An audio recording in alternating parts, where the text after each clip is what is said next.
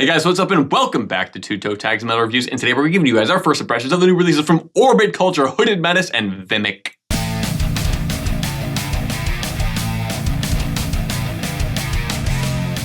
So, let's open it up with what most of you clicked this video for, and that is Death Above Life by Orbit Culture. Yeah. Very popular band. Everyone's always excited about them. We've started covering them 5 years ago when Ninja came out, which is a 2-toe tag album. It's an awesome album, still holds up today. They got a huge and very loyal fan base, this band does. They do. Yeah, very loyal. And they dropped Descent a few years ago, which we reviewed. Didn't get on the list, still had some good stuff. And we did check out multiple singles from this album as they released them. Yeah. And I guess I'll address the elephant that I put in the room about guitar solos.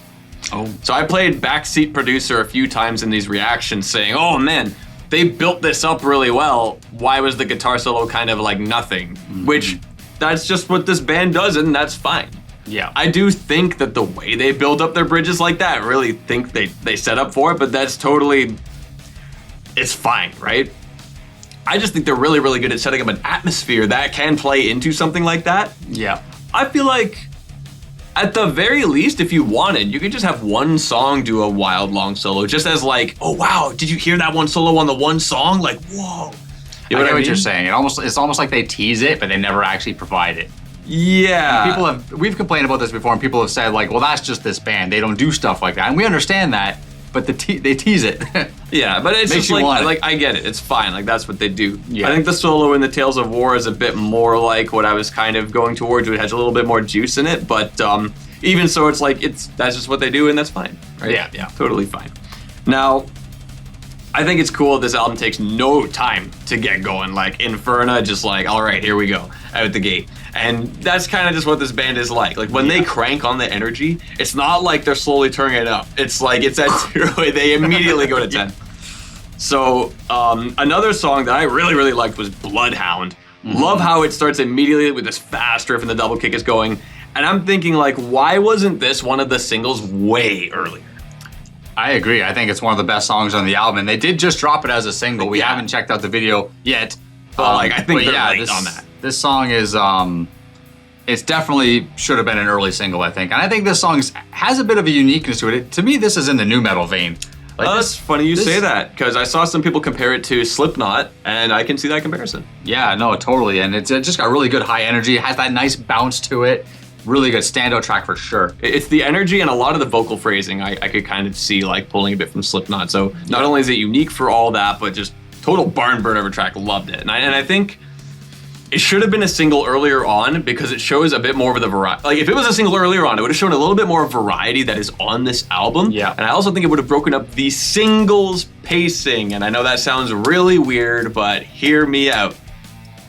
The pacing of this album is really good, but we were concerned because of the singles they released. But because they released singles in an order that like they kind of became really similar to each other, we were thinking, what is this album doing? Yeah, is it gonna be one big wall of the same thing? Is it just one big slow marching wall? But, and we always like to talk about this, that it's important how they all fit in on the album, and they fit in on this album really well. You go back and forth with the high energy, low energy, they pace that really well. So I'm wondering, why did they release these singles in the order that they did? Because it kind of gives you a really weird impression of what the album's gonna sound like, when instead, you could have had, you know, Bloodhound a lot earlier, and it would have still been like, wow, look what they're doing this, and they're doing that, and they're doing this, and they're doing that on the album, as opposed to like, a lot of these singles are starting to sound close to each other. Yeah. But on the album, they're positioned in a way that works. So I think the singles pacing, which I guess is a new thing that I just made up today, was weird. But it doesn't matter because now the album is out, and I do think the pacing is very, very well done. And I was happy to hear that because I had a little bit of concern based on my impressions of the singles. What else? That's one of the kind of major things that I felt. But I think that this is an album that kind of feels like if you like what this band does, you'll like the album. You know, it's Orbit Culture, being Orbit Culture, doing what they do, not feeling repetitive. I don't feel like, well, I just kind of heard this on the last one, or I heard this 2 albums ago. You know what I mean? Yeah, I kind of felt that a little bit, but again, that's just Orbit Culture being Orbit Culture. Yeah, they have a sound that they do. They have a sound. So, because I remember they use a lot of the same types of ideas Yeah, and I used to give them some criticism for that with some melodic ideas that I kept seeing repeated. Then I stopped seeing it, and I'm like, okay, cool, they figured it out. But yeah, I don't feel like it blew me away as quickly as Nija did. Yeah. But I don't really know how it really stacks up against Descent. So I guess time will have to tell with that one. Yeah, I was about to say the same thing, actually. Like, my first impressions of this was that it doesn't hold a torch to Nija, but it's hard to gauge it against Descent as far as, like, right now. I'm not going to say too much about it. I did enjoy it. I think it's a strong album, at least on a first impression. And the 2 tracks that stood out to me the most were Bloodhound and track number 8, The Storm, I think was a fantastic track too. I think that one rhythmically really stands out. And I almost felt like I was listening to an Amon Amarth track listening to that song. Just stylistically, even just tonally, everything really felt like Amon Amarth to me. And that's a good thing. I'm saying that as a compliment. And but yeah, the last track, Through the Path I Walk, is essentially a ballad. It kind of builds up halfway, but never really gets heavy. And I think that's a good song to have as a closer. It is. It's it also is one of those songs that adds to the contour of the album, adds to the variety of pace on the album. And like TV Fish was saying, this album does have good pacing. It does have good variety on there in that sense. So it kind of cured our worries that we were having based on the singles that they did release. And I agree with that as well, that their single choices probably could have been a little better. But it is what it is. The album's out now. We can hear the whole thing and really get a full picture of it. So overall, pretty good stuff from Orbit Culture. I don't know if I'm gonna love it or not, but we'll see. On a first impression though, it's okay. So Vimic. Open Your Omen. Hate the name of that album. This is it's a weird name. I don't get the title. Oh well. So this was a Joey Jordison project. The last thing he was really kind of putting together and really pushing with before he passed away. Yeah. And they dropped 4 songs before he passed. So I wasn't sure if all the other songs were done without him or if they were. I didn't know. I don't know either. My impression is that this is all Joey. My impression is that all of it is him, but they only released 4 tracks. And then they got into some sort of legal issues and weren't sure if they were able to release it. But then they fought the battles or whatever, and they got the rights to release the album. Yeah, I think I read that they had a bunch of guest drummers, so it could be a case of like, that too. He had some stuff tracked for this. We got other guys finished. Kind of like what Static X did with Project Regeneration. Yeah. I feel like there might be a little bit of that in there. Okay. But there was a lot of different stuff going on in this record, which I think is kind of a double-edged sword here because there's a lot of variety with what this presents. I just think the way that this album is paced is too much of a whiplash effect of like, what is this album trying to be? Is it trying to be this hard thing? Is it trying to be this kind of more accessible melodic thing? There is obviously ways to find a balance between there. I just feel like this album kind of just jumped back and forth a little much. Yeah. I guess a small thing I'll say, a little bit unrelated, is that I find it weird to have an intro track and then have a song with 20 seconds of intro right after that. Kind of defeats the point of having an intro track. Like when you have an intro track like that, you want it to end and then song starts, not it ends and then song slowly starts 20 seconds later. Why did we build up with an intro just to build up again? To piggyback off of that, the intro track is quite long too, at 2 minutes and 8 seconds. And it felt way too long for what it was. And that's actually kind of a reoccurring criticism for this album. All the songs feel too long for what they are. And the album as a whole is over an hour long. I mean, it's got 15 tracks on it, but there's just, it feels extra padded. Yeah, I mean, I would agree. I do think it's a bit longer than necessary, but like I said, I do like the variety that's there, despite the pacing issue. Like, you look at a song like She Sees Everything, I don't know about you, but for me, it kind of sounded like a heavier Marilyn Manson song. Like, I'm listening to this, I'm like, I feel like this is like Marilyn Manson on the heavier side of his discography, which was interesting because it's like, I don't really make that comparison often. You know what I mean? No. So I thought that was weird. And I feel like a big part of it was Kalen's vocal performance in that song, adding to that, which I think he sounds really good. I think he's got a wide range. He does. There's a lot of different vocal styles on here. And sometimes I was like, is this the same singer that I was hearing a few minutes ago? Exactly. Like, it just does a lot of different things. So, you know, there was that back and forth. There's a song called Parasite Persona. I liked that one a lot. The riff was really, really cool in that one.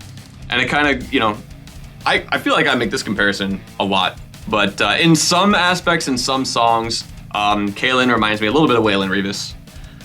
Yeah. Might be just the way his harsh vocal style is, kind of lends into a similar pocket there. But yeah, so Parasite Persona, that was the one I really liked. The rotary effect at the start of Beautiful Mistakes I loved, but I'm just a huge fan of like rotary guitar effects in general. I just love how that sounds. So as soon as I heard it, I'm like, oh wow, I like that. But I just think the album's kind of long, and I feel like it bounces back and forth between like this kind of barn burner, aggressive, low key, you know, kind of pushing a little bit more towards the new metal energy, obviously, that Joey had with Slipknot.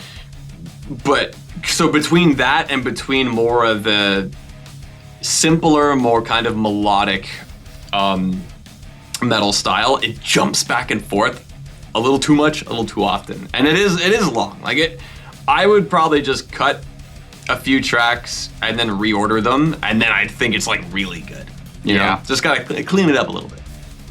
Yeah, I feel like it's kind of the same. Like this album was kind of all over the place, and there's like a lot of kind of different gauges of like metal going on. And for me, I felt like I was hearing a lot of kind of almost like 90s alternative or 90s grunge type of vibes, but heavier. It's like I felt like I was listening to like a 90s grunge song, and then all of a sudden a solo would kick in or a double bass would kick in. It would just make it sound a lot heavier than normal. Track number 7 is called In Your Shadow. It's a tribute to Joey. It's a good song, but it almost had a pop sound to it, like 90s pop grunge. I can't think of an example, but that's kind of the best phrasing I can use to describe it. But it's something you can definitely hear on the radio, things like that.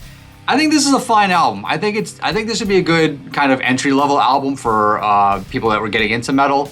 I think that there's a bunch of kind of different levels of heaviness on here. It never gets super heavy, but it's also never super soft. But there's a bunch of levels in between that it kind of hits all of them. And I think if a newbie metalhead was trying to get into the genre, they could listen to an album like this and it would kind of maybe give them a few different options of avenues to go through. To go down and maybe, you know, explore other things. So I think it's a good entry-level album for that reason. But for me, it didn't really do a lot. There's actually a track number 10 is called Fail Me, and in brackets, My Temple, featuring Dave Mustaine, where he does a guest solo. And I do like the solo. I think it's fine, but I think it's also subpar for Dave's standards. And I felt like I was a little disappointed because I was expecting to be, you know, impressed. I'm a Dave Mustaine fan as far as his guitaring goes. I've always loved Dave's guitaring. So I was looking forward to that once I saw his name on that. I was a little underwhelmed, but maybe that was me setting the bar too high. Maybe I tripped myself up with an expectation. But overall, I think this is a decent enough album. The fact that it was recorded and written back in 2016, which is almost 10 years ago, and then whatever they did from then until now to refine it and rewrite it or whatever, if they did anything, you know, I think that shows a little bit. I think it feels a little dated in a way, but it is what it is. It's a passion project. And you know, it is long overdue to be released, and I think there's a lot of people that are really happy that it's finally out and people get to finally listen to it. And you know, I hope that the band continues writing and, you know, continues the legacy of Joey in this way. And I hope the next album feels more contemporary, feels more fresh, and these guys are more invigorated and, you know, are able to put forth a better piece, in my opinion. But it would be interesting to see, you know, if all of it was recorded about 9 years ago, what they would do today. That's my point, exactly. Like, it's like how will it change? A lot of like those guys have all evolved as musicians. Everybody does, and they're, you know, I think if they were to make an album now, it would be, you know, better than this, in my opinion. So, Lachrymose Monuments of Obscuration. Hooded Menace is the name of that Hooded Menace record. The band's name rings a bell. I feel like you showed them to me once. Their last album's album art was familiar. Ironically enough, Tridius Bell or something like that. It has a bell on the album art, so maybe that's the one that's ringing. I don't know. So I want to say you showed me though. The thing with Hooded Menace, I definitely have talked about Hooded Menace before, because when that last album came out, that was the first I ever heard of them, and there was a lot of controversy about the band when they came out because apparently they had ties to like white supremacy or something. So people were kind of boycotting them, and I was like, I didn't know any better, so I was like, all right, I'm just gonna stay away from this band. I don't want to risk supporting that shit. So I kind of stayed away from it. But then I talked to a few people, other metalheads in the community and stuff like that, and I was like, so what was with that? And the general response I got was that apparently there was one member that had some previous ties, but he like completely denounced it. So basically they got a forgiveness pass. And there's no real ties to white supremacy or anything like that. But I'm looking at the name Hooded Menace, and I just can't help but think it's a KKK reference. But these guys are Finnish. They're a Finnish band. If they're American, maybe it would have a different kind of ring to it. But either way, I think it's okay to listen to these guys. If they're not, and these guys do turn out to be some type of, a-holes or whatever, let us know, and we'll completely shut these guys down. Yeah. But as far as this album goes, what did you think about it? Well, as someone who hasn't really checked them out, at least I don't remember what they sounded like, because I want to say you probably showed me. I really liked the atmosphere that this album was bringing. The synth stuff in the background of Pale Masquerade is pretty cool. And as I'm listening, I'm like, I feel like it's a mix of multiple things, and it was really hard to pin down exactly like, oh, this is like this. But it's like a form of melodic death metal, but it's not like super crazy wild melodeath that kind of leans towards prog. It's like a cross between bands like, this is kind of how I heard it, a band like Dark Tranquillity or Paradise Lost, if you put them together with a band like Death, I feel like you'd get an album like this. And maybe just kind of some more old school inspiration as well, because a lot of these riffs are straightforward, and when you do that, if it works, right? Like if you do the straightforward riffs, if it's a good riff, then it will grab the ear of the listener and it works and it's good. Yeah. You don't need to do ridiculous stuff if you've got a good kind of fundamental there, right? Right. I think this album does have that. And I liked, some melodic lines that were going on here, like the one in Portrait Without a Face. The vibe I would describe as mystic. I don't know if you would agree with that kind of vibe in there. I would have to hear it again, but I didn't write mystic in my notes. So it's a straightforward album, but I think it's enjoyable. Now, I do not say this as an insult, but it's perfect music for like the background. So it's the kind of album that I can put on when I'm busy and enjoy it for the audio that it is. But if I want to tune into it and listen to what's going on with more focus, I can do that and still enjoy it. That's what makes it good for that. And that's why it's not an insult. It's a good thing. Yeah. I do think that the last track, which is almost 10 minutes, I feel like that sums up the album really well. Like, I think if you're like, well, what's this album about? But listen to that song and you're gonna get kind of everything that this album's about put together into one track, and that is basically like, here's the whole thing summed up. If you don't have 40 minutes, then cut that into 4, or cut whatever. Take 1/4 of that, and you'll get the vibe. Yeah. Yeah, I enjoy this album quite a bit. I feel like, a lot of metalheads are like specific metalheads. You got people that I like black metal, I like deathcore, I like thrash. I consider myself to be a very varied metalhead. I guess TV Fish, you're probably a very varied metalhead as well. I mean, look at everything behind us, right? Everything behind us, exactly. And the reason I'm pointing that out is because sometimes I'm really in the mood for something like this. Yeah. Something that sounds old school. Something that it's simple. And that's not an insult. That's just, it's simplistically entertaining. I don't know how to word it. But it's also heavy. It's got, good catchy riffs. The grooves hit the spot. And as you said, background music, this is perfect for background music. Just put it on and do something else and just let it play in the background. Totally kills in that sense. You mentioned Paradise Lost and Dark Tranquillity, which are bands that have kind of a doomy vibe to them. This band also has that, at least on this album, and a good example of that is track number 7, which is the last track, Into Haunted Oblivion. Definitely goes into some doomy territory at certain points, and I really like that. But other than that, these are songs that are, between 7 and 9 minutes long, which is long for this kind of metal in general. Yeah. And, in a sense, it's in kind of that proggy neighborhood because the songs are kind of progressing from section to section. It's not crazy and chaotic or anything like that type of prog. And they don't really go crazy with genre. It's just, these are just long form songs that vamp for a while. Yeah, but I mean, you could probably categorize as maybe progressive old school death metal, or maybe even progressive heavy metal or something like that. It might be a bit of a stretch, but there's something about the way the songs moved along that gave me a progressive feel to it. But it really has an old school death metal and also an old school heavy metal vibe in the riffs and stuff like that. And I'm just really attracted to that sometimes. Now, sometimes I don't want that. Sometimes that's too boring for me and I feel like it's a bit of a drag, but it really depends on my mood. This can either be a super smash hit or something that I can just do without right now. Yeah. But I still think it's well performed. I think it's a good, fun, solid album. It's 7 tracks, 47 minutes long. That's pretty much a sweet spot. I mean, maybe more tracks with less length per track could have been a little better, but that's what this band does. They did it on the last album. They had longer tracks, and they did it on this one too. So my biggest takeaway was good grooves, good riffs.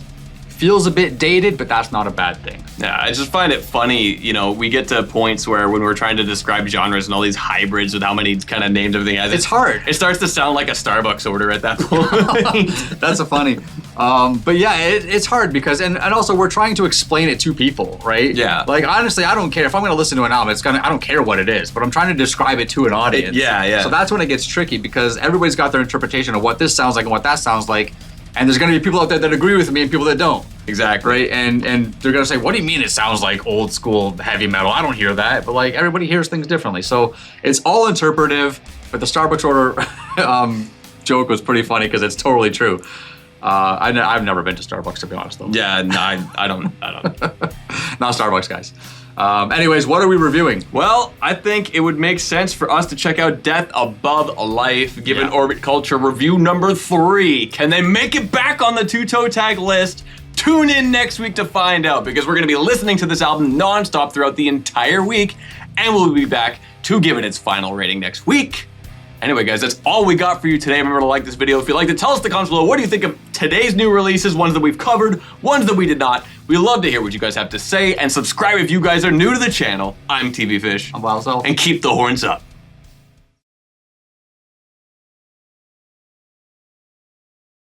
Lachrymose monuments of obscuration. No, obscuration.